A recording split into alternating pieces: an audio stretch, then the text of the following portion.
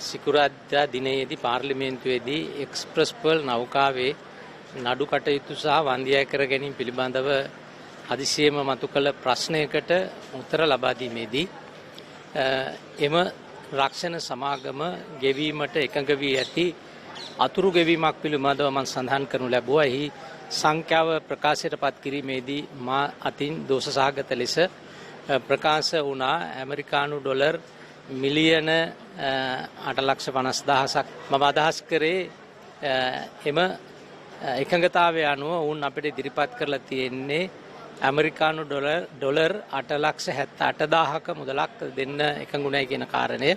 ඒක මම නිවැරදි කරනවා මේ අවස්ථාවේදී ප්‍රමාද දෝෂය ගැන කනගාටු වෙමින්. ඒ අනුව නඩුකරය සිංගප්පූරු අධිකරණයේ පැවතියදී නඩුවට අගති විරහිත ලෙස අතුරු දීමනාවන් විදියට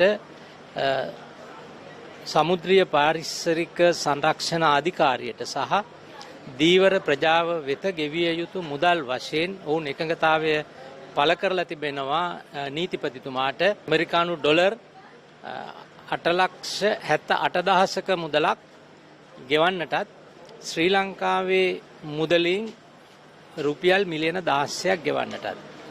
ඒ අනුව ඇමරිකානු ඩොලර් 8,78,000ක මුදල දල වශයෙන් අද පවතින විදේශ විනිමය අනුපාතිකය අනුව රුපියල් මිලියන 285ක පමණ ප්‍රමාණයක් වෙනවා.